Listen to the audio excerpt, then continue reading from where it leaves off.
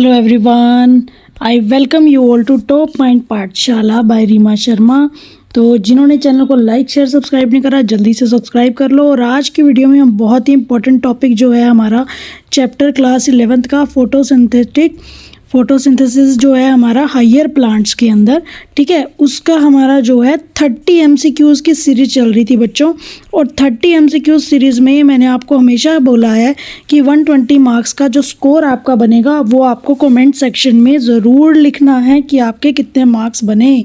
और ये 30 MCQs का जो है ये पार्ट नंबर 3 है बच्चों, ठीक है, ये चीज़ भी ध्यान रखना। ऑलरेडी 60 क्वेश्चंस जो हैं पहले 2 पार्ट में अपलोडेड हैं, तो उनके भी प्रैक्टिस करो और फिर जाके पार्ट नंबर 3 पर आना, ठीक है। डिस्क्रिप्शन बॉक्स में आपको इन दोनों वीडियोस का लिंक भी मिल जाएगा। तो चलिए बिना टाइम वेस्ट किए बच्चों चलते हैं अपने फर्स्ट क्वेश्चन की तरफ। आज की वीडियो यानी कि 61 से 90 तक हम डिस्कस करेंगे और 120 के अकॉर्डिंग आप मुझे अपना स्कोर जो है कमेंट सेक्शन में बताएंगे। तो फर्स्ट क्वेश्चन में बोला गया है photo oxidation of chlorophyll is called as. जो फोटो ऑक्सीडेशन होता है क्लोरोफिल का उसे हम क्या कहते हैं? तो बच्चों उसे हम कहते हैं सोलराइजेशन प्रोसेस। क्या कहते हैं? सोलराइजेशन। जब भी क्लोरोफिल ऑब्जर्व होती है एक्सेस लाइट एनर्जी होती है वहाँ पे, तो वो ऑक्सीडाइज होती है या डिस्ट्रॉय होती है, तो उस प्रोसेस को हम क्या बोलते हैं? सोलराइजेशन बच्चों। एक यहाँ पे क्लोरोसिस दिया है। क्लोरोसिस का मतलब होता है येलोइंग से, येलोइंग हो जाना, ठीक है, लीव्स की। और ये किसकी वजह से होती है? जब न्यूट्रिएंट्स की डेफिशिएंसी हो जाती है। किसकी डेफिशिएंसी हो जाती है बच्चों? न्यूट्रिएंट्स की डेफिशिएंसी हो जाती है।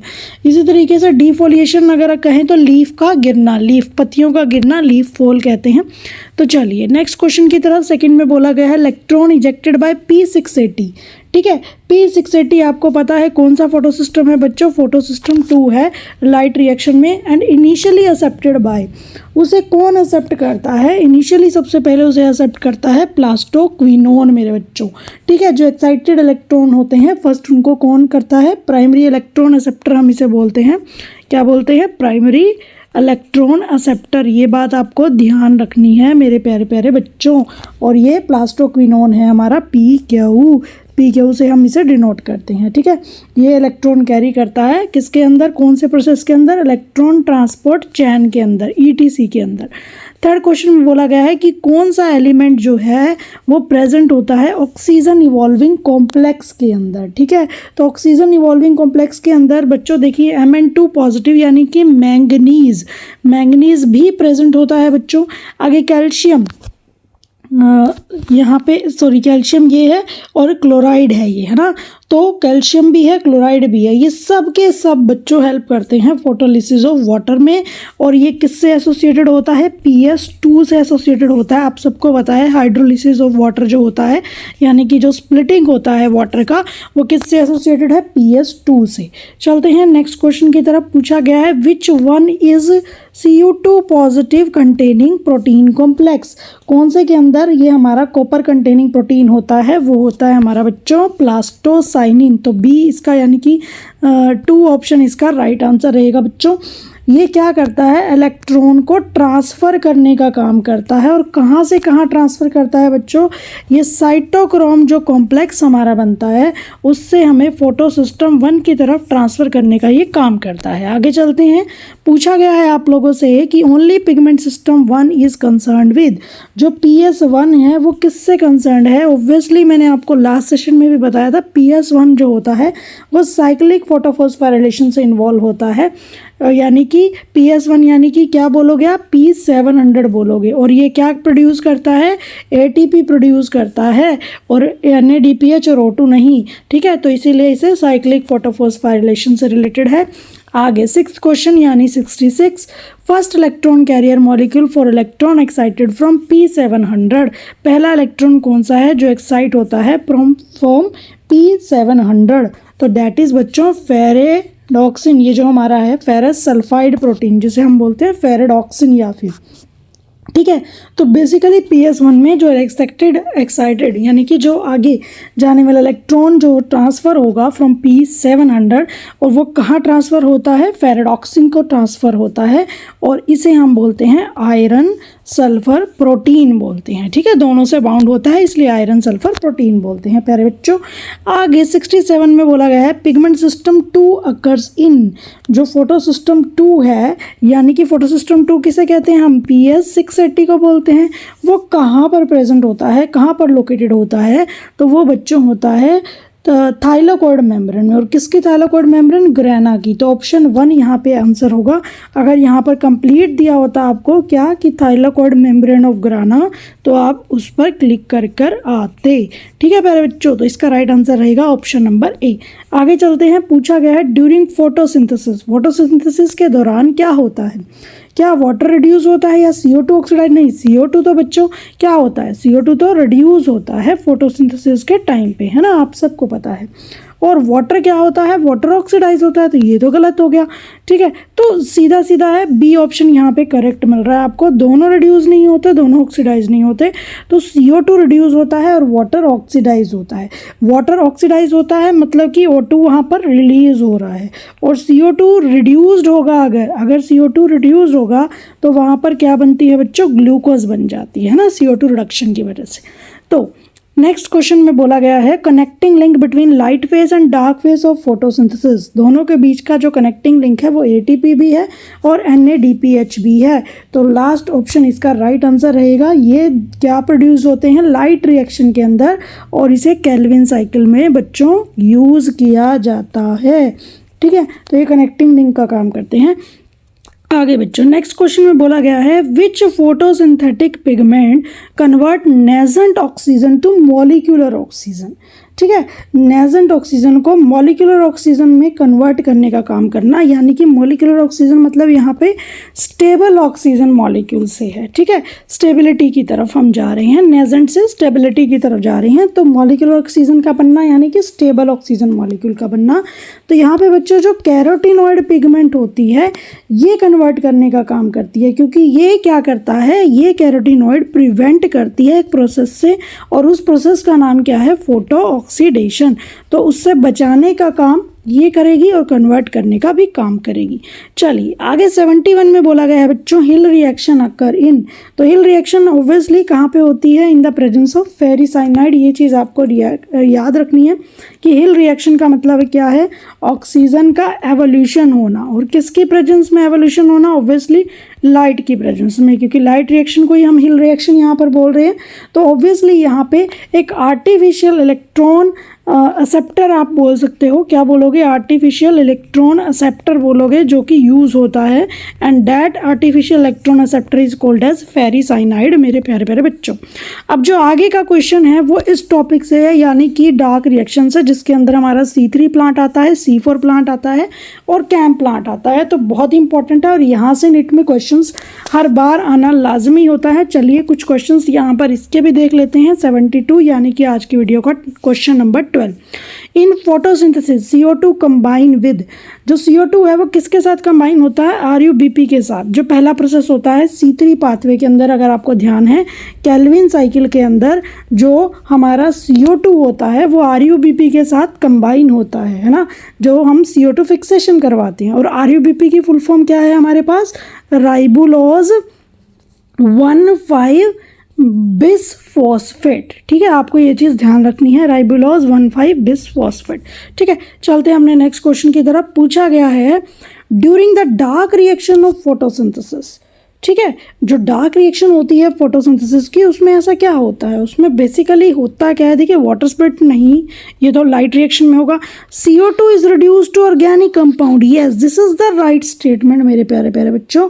डार्क रिएक्शन में रिड्यूस होता है CO2, और वो CO2 से ऑर्गेनिक कंपाउंड क्या बनता है वहाँ पर बनता है कार्बोहाइड्रेट। और ऐसा किसकी हेल्प से होता है बच्चों, ATP का यूज़ करके होगा और NADPH का यूज़ करके होगा ऐसा। ठीक है, तो राइट आंसर क्या रहेगा, ऑप्शन नंबर 2। आगे चलते हैं, पूछा गया है 74 में यानी कि 14 क्वेश्चन में कि कार्बोहाइड्रेट जो है मोस्ट अबंडेंट बायोमोलिक्यूल्स हैं अर्थ पे। ठीक है, मोस्ट अबंडेंट बायोमोलिक्यूल्स की बात हो रही है अर्थ पे, तो वो किसके थ्रू प्रोड्यूस होते हैं, कुछ बैक्टीरिया होते हैं, एल्गी होते हैं और ग्रीन प्लांट्स होते हैं बच्चों। ऑप्शन 3 इसका राइट आंसर रहेगा, क्योंकि ओनली जो फोटोसिंथेटिक ऑर्गेनिज्म है वही कार्बोहाइड्रेट बना सकते हैं, तो ये सारे के सारे इसके अंदर इंक्लूड होंगे। आगे बच्चों नेक्स्ट क्वेश्चन पे चलते हैं। पूछा गया है कि ऐसा कौन सा एंजाइम है जो एटमॉस्फेरिक कार्बन डाइऑक्साइड को फिक्स करता है, कौन से प्लांट के अंदर बच्चों? C4 प्लांट के अंदर। तो इसका राइट आंसर है बच्चों पैप कार्बोक्सिलेज। फर्स्ट इसका राइट आंसर होगा C4 प्लांट जो है CO2 फिक्स करते हैं with the help of PEP carboxylase. और कौन से सेल्स में ऐसा होता है? In mesophyll cell. अगर आपसे सेल का नाम पूछा जाता तो आपको क्लिक करके आना था मीजोफिल सेल बच्चों। आगे चलते हैं। पूछा गया है ड्यूरिंग फोटोसिंथेसिस के दौरान जब PGA कन्वर्ट होता है किसमें? फॉस्फोग्लिसरल्डिहाइड में। ठीक है, तो कौन सी रिएक्शन होती है? यानी कि जब PGA किस में कन्वर्ट होगा हमारा? फॉस्फोग्लिसरल्डिहाइड में। तो उस टाइम पे बच्चों होता है हमारा रिडक्शन। ठीक है, ये चीज़ आपको ध्यान रखनी है। रिडक्शन होता है उस टाइम पे, ATP और NADPH वहाँ पे प्रोड्यूस होते हैं। तो राइट आंसर इसका क्या रहेगा? Option number 2। ठीक है, तो रिएक्शंस आपको पूरी कंप्लीट याद रखनी है कि कब क्या हो रहा है, किस तरीके से। तो थोड़ा सा इनका कंपाउंड के बारे में आपको पता होना चाहिए। चलिए आगे पूछा है कार्बन रीफिक्सेशन इन C4 प्लांट। फिर से C4 प्लांट की बात कर दी है कि वो क्लोरोप्लास्ट में हो रहा है। क्लोरोप्लास्ट के भी कौन से उसमें हो रहा है? ठीक है, तो जो कार्बन का रीफिक्सेशन होता है वो बंडल शीट सेल्स में होता है बच्चों। ठीक है, जो CO2 रिलीज होती है फ्रॉम C4 प्लांट से, उसको रीफिक्स कहाँ करते हैं? बंडल शीट क्लोरोप्लास्ट में करते हैं। तो आपको इसका राइट आंसर क्या रहेगा? थर्ड ऑप्शन इसका राइट आंसर रहेगा। आगे क्वेश्चन नंबर 18 में पूछा गया है tropical plants like sugar cane. Tropical plants like sugar cane वो क्या करते हैं? High efficiency of carbon dioxide fixation show करते हैं। ऐसा किसकी वजह से होता है? जितने भी ट्रॉपिकल प्लांट हैं उनके अंदर एक साइकिल होता है मेरे प्यारे बच्चों, जिसे हम C4 पाथवे बोलते हैं। तो एज पर ऑप्शन यहाँ पर C4 पाथवे यहाँ देकर उन्होंने दे दिया है हेत्सलेक पाथवे, हेत्सलेक साइकिल। दोनों ही बात एक ही है, तो आपको कंफ्यूज नहीं होना, चाहे हेत्सलेक होता या C4 पाथवे होता। ठीक है, ट्रॉपिकल प्लांट जो होते हैं शुगर केन वगैरह, वो ऐसा C4 पाथवे की वजह से CO2 फिक्सेशन की हाई एफिशिएंसी शो करते हैं और उनके अंदर एक फीचर होता है। वही फीचर आगे नेक्स्ट क्वेश्चन में बोला गया है Kranz type of anatomy, that is the basic feature of C4 plant. ठीक है, क्रेंज एनाटॉमी के मतलब होता है कि जो बंडल शीट सेल होते हैं ना, that are surrounded by mesophyll cells. ठीक है, तो ये वाली चीज़ होती है, इसीलिए इसको हम क्रेंज एनाटॉमी बोलते हैं यहाँ पे, जो C4 प्लांट के अंदर होती है, क्योंकि ये दोनों सेल्स यहाँ पे इन्वॉल्व होते हैं। ठीक है बच्चों, अब 20 क्वेश्चन यानी कि 80 क्वेश्चन पूछा गया है राइबुलोज डाइफॉस्फेट कार्बोक्सिलेज एंजाइम। ठीक है, ये क्या करता है? कैटालाइज करता है कार्बोक्सिलेशन रिएक्शन। किसके बीच में कैटालाइज करता है ये पूछा है आपको। तो ये कार्बन डाइऑक्साइड और राइबुलोज 1,5-बिसफॉस्फेट डाइफॉस्फेट, इन दोनों के बीच में करने का काम करता है, कैटालाइज करता है ये रिएक्शन को, कार्बोक्सिलेशन रिएक्शन जिसे हम बोलते हैं। तो यहाँ पे फर्स्ट होगा इसका आंसर, बिसफॉस्फेट कर लीजिए, RUBP की फुल फॉर्म है। ठीक है, तो राइट आंसर इसका फर्स्ट ऑप्शन रहेगा। आगे 81 यानी कि 21 क्वेश्चन आज की वीडियो का बोला गया है which of the following is C4 plant. इनमें से C4 प्लांट कौन सा है? देखिए मेज भी है, ट्रिप्लेक्स भी है, शुगर केन भी है, ऑल ऑफ द अबव इसका राइट आंसर रहेगा। सारे के सारे क्या है यहाँ पे? C4 प्लांट के एग्जाम्पल हैं। ठीक है, आगे C4 plants are adapted to, किस एनवायरनमेंट में अडेप्ट करते हैं ये प्लांट? तो वहाँ पर ड्राई क्लाइमेट होता है और हॉट क्लाइमेट होता है। तो फर्स्ट ऑप्शन ही सीधा सीधा इसका राइट आंसर है, हॉट एंड ड्राई क्लाइमेट, क्योंकि ये क्या करते हैं? वाटर लॉस रिड्यूस करते हैं और फोटो रेस्पिरेशन की प्रक्रिया यहाँ पर होती है। ठीक है बच्चों, अब 83 में बोला गया है कि C4 plants are found among, इनमें से किस में मिलते हैं C4 प्लांट? ठीक है, C4 प्लांट देखिए बच्चों मोनोकोट्स में भी होते हैं एज वेल एज डाइकोट्स में, ये बात आपको हमेशा याद रखनी है। ठीक है, तो ये दोनों ही ग्रुप में एग्जिस्ट करते हैं, तो ये चीज़ ध्यान रखिएगा। आगे नेक्स्ट क्वेश्चन में बोला गया है in case of C4 pathway the first step is, C4 pathway के अंदर जो फर्स्ट स्टेप होता है, आपको मैंने अभी पहले भी बताया था, जो CO2 है C4 पाथवे का पूछा है, नॉट C3। ठीक है, तो यहाँ पर CO2 जो है वो पैप के साथ कंबाइन होता है। ठीक है, पैप कार्बोक्सिलेज जिसे आप बोलते हो। तो यहाँ पे ऑप्शन के अकॉर्डिंग क्या आंसर जाएगा? ऑप्शन नंबर 3 यहाँ पर बच्चों राइट आंसर जाएगा, CO2 combine with pipe carboxylase. आगे पूछा गया है कि डार्क रिएक्शन के अंदर जो पहली रिएक्शन होती है उसे हम क्या बोलते हैं? उसे बच्चों हम बोलते हैं कार्बोक्सिलेशन। क्या बोलते हैं? कार्बोक्सिलेशन। तो ये फर्स्ट स्टेप होता है डार्क रिएक्शन का। ठीक है, चलिए अब नेक्स्ट क्वेश्चन में बोला गया है नंबर ऑफ एटीपी मॉलिक्यूल्स, कितने एटीपी मॉलिक्यूल्स आपको चाहिए for regeneration process of RuBP, ठीक है, during the synthesis of 1 glucose molecule. देखिए कितने टोटल मॉलिक्यूल आपको चाहिए, तो बेसिकली जो आरयूबीपी रीजनरेशन के लिए हमें टोटल चाहिए 12 मॉलिक्यूल, ठीक है। टोटल एटीपी हमारे पास 18 होते हैं, जिसमें से जो 12 एटीपी मॉलिक्यूल हैं वो हमें for the synthesis of 1 glucose molecule के रीजनरेशन फेज में हमें 12 एटीपी चाहिए होती हैं, ठीक है। आगे चलते हैं, पूछा गया आइसोटॉप्स। आइसोटॉप्स कौन से यूज़ होंगे जो एम्प्लॉयड करेंगे टू द स्टडी और प्रोसेस ऑफ फोटोसिंथेटिक रिएक्शन। कौन कौन से ऐसे आइसोटोप हैं जो फोटोसिंथेसिस स्टडी में हेल्प करते हैं, तो बहुत इंपॉर्टेंट है, डेट इज़ ऑक्सीजन 18 है और कार्बन 14 है। कार्बन 14 डेटिंग एलिमेंट जो है हमारा, तो जो कार्बन 14 है ये हमारा CO2 फिक्सेशन करवाने में हेल्प करता है, और ऑक्सीजन 18 जो है ये हमारा सोर्स ऑफ O2 है, ठीक है। तो ये चीज़ आपको ध्यान रखनी है, दोनों क्या एज अ आइसोटॉप यहाँ पर यूज़ होते हैं। आगे 88 में बोला गया है chloroplast is present in bundle sheath cell of. Chloroplast present होता है बंडल शीट सेल में, तो सीधा सीधा सवाल है, ऑब्वियसली C4 प्लांट में ही बंडल शीट सेल एग्जिस्ट करते हैं, सीधा क्वेश्चन था, तो सीधा सीधा ही जवाब है, दैट इज C4 प्लांट। आगे 89 क्वेश्चन में पूछा गया है CO2 is accepted by RUBP in C4 plant, ठीक है। जो CO2 है उसको कौन एक्सेप्ट करता है, RUBP एक्सेप्ट करता है, बट ये प्लांट कौन से की बात कर रहा है, C4 प्लांट की बात कर रहा है। तो ये किस सेल में ऐसा होता है, तो वो बंडल शीट सेल्स के अंदर होता है, ठीक है। ये इनका मेन फीचर है, जो फाइनल CO2 फिक्सेशन होता है that will occur via the Calvin cycle, वहाँ पर C3 साइकिल का भी इन्वॉल्वमेंट होता है, ठीक है। तो ये किस में होता है, बंडल शीट सेल में बच्चों।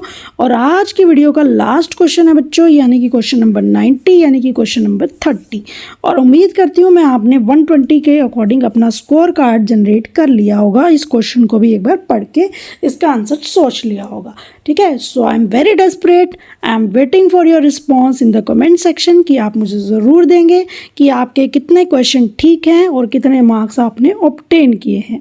तो लास्ट क्वेश्चन है आपकी वीडियो का, आज की वीडियो का, देखते हैं क्या पूछा गया है। पूछा गया है जो बंडल शीट क्लोरोप्लास्ट होते हैं C4 प्लांट्स के, वो कैसे होते हैं। देखिए वो होते हैं लार्ज, पहली बात तो, ठीक है। फर्स्ट ऑप्शन सेकंड ऑप्शन दोनों में लार्ज है, यानी कि फर्स्ट और 2 में से करेक्ट होगा। और अब ए ग्रेनल होते हैं यहाँ पर, तो फर्स्ट ऑप्शन यहाँ पर इसका राइट आंसर है। ए ग्रेनल का मतलब वहाँ पर ग्रेना एब्सेंट होता है, तो लैक ग्रेना, ठीक है। और स्पेशलाइज्ड होते हैं ये for the Calvin cycle only. तो आपको ये चीज़ यहाँ पर ध्यान रखनी है। तो राइट आंसर क्या रहेगा, ऑप्शन नंबर 1। सो बच्चों आज की वीडियो में इतना ही। I hope so you all have enjoy all the question 30 MCQs। और जिन्होंने अभी पार्ट 1 और पार्ट 2 की वीडियो नहीं देखी बेटा, वो जाकर पार्ट 1 और पार्ट 2 भी विजिट कर लें उस वीडियो को जाकर, ठीक है। हर वीडियो से आप बहुत कुछ सीखोगे।